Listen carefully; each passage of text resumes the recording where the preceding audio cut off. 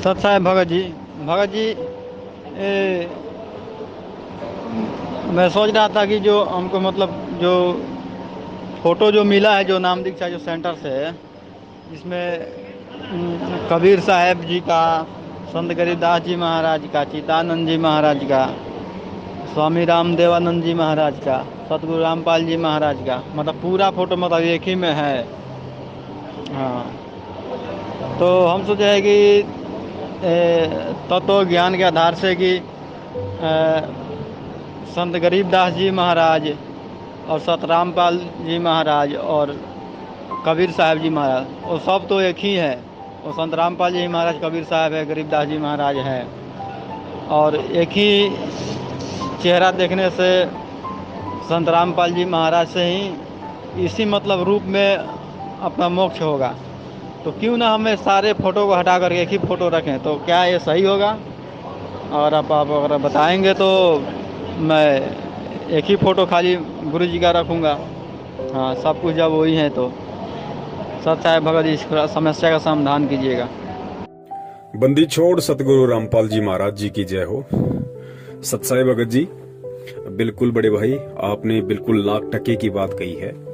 कि हमें जो फोटो मिली है आश्रम से या नाम दीक्षा केंद्र से, जिसमें बीच में हमारे परम पूज्य सतगुरु रामपाल जी महाराज जी विराजमान हैं और ऊपर नीचे दाएं बाएं कबीर साहिब जी की फोटो है, गरीबदास जी महाराज जी की फोटो है, पंडित चिदानंद जी महाराज जी की फोटो है और हमारे दादा गुरुदेव स्वामी रामदेवानंद जी महाराज जी की फोटो है। देखिए भगत जी, जब तक किसी भी आत्मा को इस भक्ति मार्ग का सही तरीके से ज्ञान नहीं होता है, तब तक वो आत्मा कुछ भी करती रहे, परमात्मा उसको क्षमा करते हैं और उसकी भूल को परमात्मा नजरअंदाज करते हैं। और जैसे जैसे वो आत्मा इस भक्ति मार्ग में आगे बढ़ती जाएगी, जैसे जैसे वो सतगुरु रामपाल जी महाराज जी के द्वारा जो अनमोल तत्व ज्ञान प्रदान किया गया है उसको आधार बनाएगी, उनके अनमोल वचनों को, सत्संगों को ध्यान से सुनकर फिर उन पे चिंतन मनन और मंथन करना शुरू करेगी, तो उस आत्मा को मालूम पड़ जाएगा कि परमेश्वर ही, स्वयं परमेश्वर कबीर साहिब जी ही भिन्न भिन्न रूप और स्वरूपों में, कभी संत रूप में, कभी सतगुरु रूप में, कभी किसी भगत रूप में परमात्मा यहाँ पे सारा खेल खेलते हैं। परमेश्वर के अलावा सृष्टि की जानकारी, ये अनमोल मंत्र, ये मूल ज्ञान ना कोई दे सकता था, ना कोई दे सकता है, ना कोई देने वाला। और गुरुदेव ने बताया कि जब कोई भी आत्मा इस भक्ति मार्ग से जुड़ती है, चूंकि ये दुनिया से डिफरेंट मार्ग है, इस मार्ग में भक्ति की जो विधि है, साधना है, नियम है, वो दुनिया में जो लोक वेद के आधार से प्रचलित भक्ति साधना है उससे बिल्कुल विपरीत है। तो जगत और भगत का परमात्मा ने 36 का आंकड़ा भी बताया है। और गुरुदेव ने बताया कि जब कोई भी पुण्य आत्मा कम से कम 3 से 4 वर्ष इस भक्ति मार्ग को दे देती है, यानी सतगुरु देव जी से नाम दीक्षा लेके 3 से 4 वर्ष तक यदि वो लगन के साथ भक्ति करती है, तो धीरे धीरे फिर उस पुण्यात्मा का ज्ञान योग परमात्मा खोलना शुरू कर देते हैं। उसको बहुत सारी चीजें और सतगुरु देव जी के सत्संगों के कोड वर्ड, संकेत उसको समझ में आने लग जाते हैं। तो इस आधार से भगत जी, आपने जो कहा वो बिल्कुल सत्य है, क्योंकि अब आपकी आत्मा स्वीकार नहीं कर रही है कि मैं मेरे घर में मेरे परम पूज्य सतगुरु रामपाल जी महाराज जी के अलावा किसी अन्य महापुरुष की फोटो रखूं। क्योंकि अन्य जो महापुरुष हैं जिनको हम समझते हैं, जैसे हम कबीर साहिब जी हैं, गरीबदास जी महाराज जी हैं, तो ये महापुरुष कौन थे? ये महापुरुष स्वयं कबीर साहिब जी के ही अन्य रूप थे। और आज वही कबीर परमेश्वर संत रामपाल जी महाराज जी का चोला धारण करके आज इस पृथ्वी पे प्रकट है, विद्यमान है। तो हमें बाकी के जो उनके स्वरूप हैं, आज से पहले परमात्मा देश काल और परिस्थिति के अनुसार जो लीला कर गए, अब हमारे लिए भगत जी उन फोटोओं का, उन स्वरूपों का कोई महत्व नहीं रह जाता है। आज हम कबीर परमेश्वर जी की वो फोटो जिस स्वरूप में वो 622 वर्ष पहले काशी में आए थे, चाहे हम उसकी पूजा करें या ना करें, उसका कोई महत्व नहीं है भक्ति मार्ग में हमारे लिए, क्योंकि हम परमेश्वर से परिचित हो चुके हैं, उनके ज्ञान से परिचित हो चुके हैं। तो हम भक्त आत्माओं के लिए जब साक्षात वो कबीर परमेश्वर सतगुरु रामपाल जी महाराज जी के चोले में हमारे प्रत्यक्ष है, सामने है, हमारे सतगुरु के रूप में है, हम उनकी शरण में हैं, तो 650 साल पहले वाली फोटो का या 250 साल पहले परमात्मा गरीबदास जी महाराज जी के रूप में आए उन फोटोओं का भगत जी हमारे लिए कोई महत्व नहीं रह जाता है। ठीक है, जब तक भगत को ज्ञान नहीं है वो इन फोटोओं को अपने घर में रख सकता है, कोई दिक्कत नहीं है। लेकिन जब आपको ज्ञान हो जाएगा, आपकी आत्मा आपको बार बार ये चिंतन करने पर विवश कर देगी कि भाई जब परमात्मा एक है तो फिर 4-4 फोटोएं क्यों रख रहे हो, 3-3 फोटोएं क्यों रख रहे हो। और भगत जी वही बात है, जब आत्मा का पति एक है तो फिर भगत जी हमें औरों की पूजा क्यों करनी है, हमें औरों को इतना महत्व क्यों देना, हमें केवल उसी रूप, उसी स्वरूप और उसी सतगुरु को महत्व देना है जिनसे आज हमारा मोक्ष होना है। कबीर साहिब जी 650 साल पहले आए थे। 650 साल पहले उनके रूप का, उनकी फोटो का महत्व था, क्योंकि उस समय यदि हम चाहते तो ज्ञान को आधार बना के, परमात्मा को पहचान के हम इस काल लोक से मुक्त हो सकते थे, लेकिन ऐसा हम नहीं कर पाए। तो आज उस फोटो का हमारे लिए कोई महत्व नहीं है। आज कबीर साहिब जी की वो फोटो या फिर गरीबदास जी महाराज जी की फोटो या फिर हमारे दादा गुरुदेव जी की फोटो या पंडित चिदानंद जी महाराज जी की फोटो, आज भगत जी ना ही तो हमें लाइव सत्संग सुना सकती है, ना हमारे को वो फोटोएं दर्शन दे सकती हैं, ना हमारे को वो फोटोएं आशीर्वाद दे सकती हैं, ना हमें वो अनमोल तत्व ज्ञान से परिचित करवा सकती है, ना वो फोटोएं हमारी प्रार्थना सुन सकती हैं और ना ही वो फोटो हमारी किसी भी शंका का निवारण कर सकती हैं। आज कौन है जो हमें सत्संग सुना सकते हैं, हमें आशीर्वाद दे सकते हैं, हमारे दुखों का निवारण कर सकते हैं, हमारी प्रार्थनाएं सुन सकते हैं, हमें आशीर्वाद दे सकते हैं, जिनको हम दंडवत प्रणाम करके हम जो है वो लाभ प्राप्त कर सकते हैं भक्ति मार्ग का, तो वो केवल हमारे वक्त गुरु हैं, वक्त गुरु सतगुरु रामपाल जी महाराज जी। तो हमें केवल अपने घर में, क्योंकि दास तो अपनी बता रहा है, दास अपने घर में पूजा के स्थान पे सिर्फ और सिर्फ अपने परम पूज्य सतगुरु रामपाल जी महाराज जी का ही स्वरूप रखता है। दास कबीर जी का जो 650 साल पहले वाला जो स्वरूप है, दाढ़ी मूछ वाला, दास उसको नहीं रखता है, क्योंकि भगत जी जब आत्मा का पति एक है तो हमें 2-2 स्वरूप हमें क्यों रखने। और जब हम 2 स्वरूपों को देखेंगे तो भगत जी हमारे भाव भी 2 हो जाएंगे। यानी जब तक हम कबीर साहिब जी और सतगुरु रामपाल जी महाराज जी की फोटो को अपने घर में रखते हैं, अपने दरबार में रखते हैं, तो सदा हमारे लिए 2 परमात्मा रहेंगे, हमारे भाव दोनों फोटो में रहेंगे। तो परमात्मा तो एक ही होता है, 2 तो हो नहीं सकता। और फिर सतगुरु रामपाल जी महाराज जी स्वयं कहते हैं कि भाई गुरु गोविंद 2 नहीं भाई।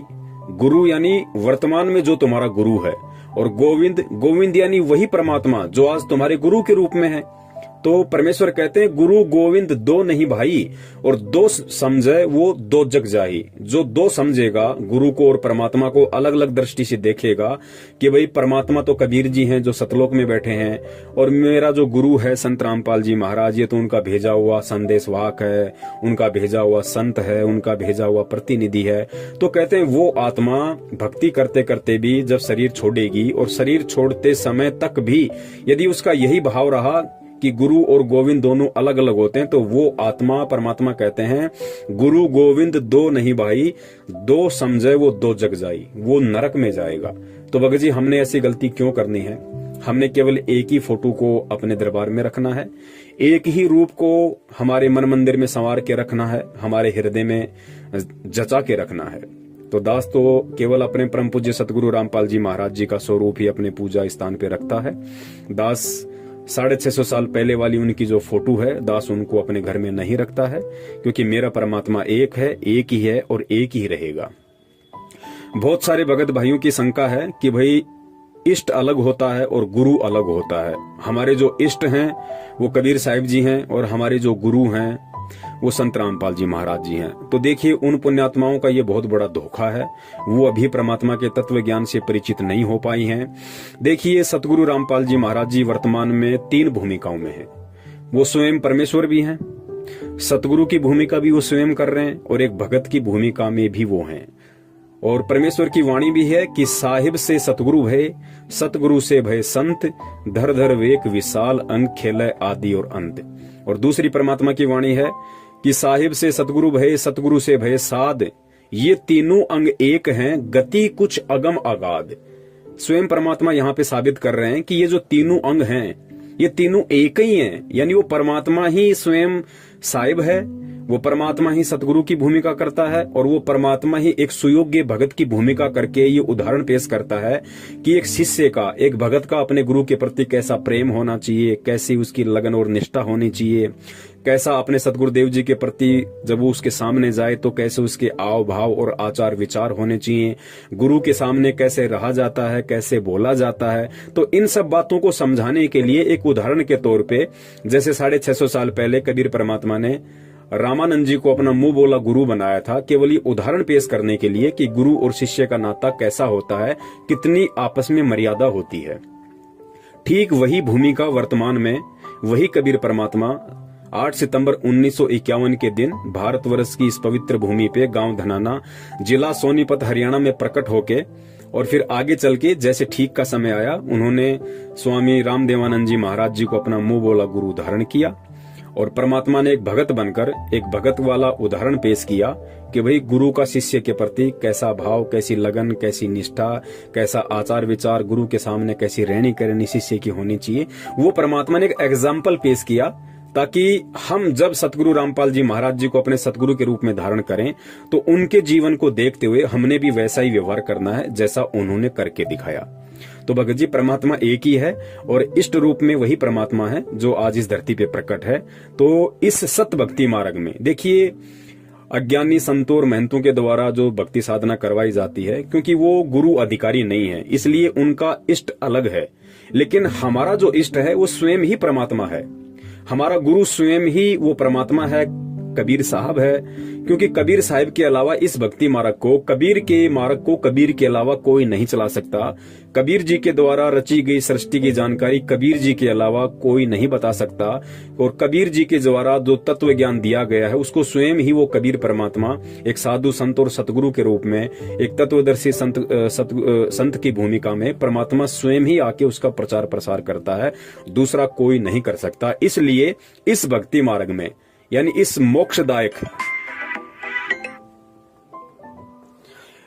मोक्षदायक सत भक्ति मार्ग में, कबीर जी के सत भक्ति मार्ग में कबीर जी ही हमारे इष्ट हैं, कबीर जी ही हमारे गुरु हैं, कबीर जी ही हमारे सतगुरु हैं और वे कबीर जी आज स्वयं इस पृथ्वी पे सतगुरु रामपाल जी महाराज जी के स्वरूप में प्रकट हैं। तो हमने केवल उन्हीं का स्मरण, ध्यान, चिंतन, मनन और उन्हीं की हमने पूजा करनी है, इष्ट रूप में, गुरु रूप में, सतगुरु रूप में। तो भगत जी हमने अपने दिलो दिमाग में, मन मंदिर में और हमारे हृदय में केवल सतगुरु रामपाल जी महाराज जी की ही फोटो रखनी है, क्योंकि हम दो भाव में नहीं चल सकते, हम दो नाव में सवारी नहीं कर सकते। अगर हम घर पे दो फोटो देखेंगे तो हमारे भाव भी दो होंगे और जब तक हमारे दो भाव होंगे तो समझिए कि हम अभी इस भक्ति की उस गहराई में नहीं पहुंच पाए हैं। हम इस भक्ति की वो उपलब्धि जो सतगुरु हमें प्राप्त करवाना चाहता है, हम उसको अभी प्राप्त करने के लायक नहीं हुए हैं। तो हम परमात्मा को दुखी ना करें, हम किसी भी रूप में हम परमात्मा को दुखी ना करें भगत जी। क्योंकि एक औरत, आप सांसारिक उदाहरण ले लीजिए, एक औरत जिसकी शादी हो चुकी है और वही औरत यदि किसी दूसरे से शादी कर लेती है, किसी कारण से पहले वाले पति को छोड़ देती है और दूसरे पति से शादी कर लेती है और शादी करने के बाद यदि फिर भी वो पहले वाले में भाव रखती है, या हो सकता है पहले वाला पति उसका मर गया हो किसी कारण से और पहले वाले पति की फोटो को देख देख के रोती है, उसको अपने पर्स में रखती है, अपने अलमारी में रखती है और शादी भी उसने दूसरी कर ली, तो दूसरे वाला पति उससे कितना प्रसन्न होगा। उस पति को पता है कि ये पहले वाले को भुला नहीं पाई है तो ये अभी मेरे लायक नहीं है, अभी इसका भाव, अभी इसका प्रेम मेरे में उतना नहीं है, अभी भी इसका भाव और प्रेम उस फोटो में, उस पहले वाले पति में ही ज्यादा अटका हुआ है। तो वर्तमान का जो पति है वो उससे उतना प्रेम नहीं कर पाएगा, उसे उतना मान सम्मान नहीं दे पाएगा। तो भगत जी हमने ये गलतियां नहीं करनी है। हमारा परम पिता परमेश्वर अजरो अमर है, वो जब चाहे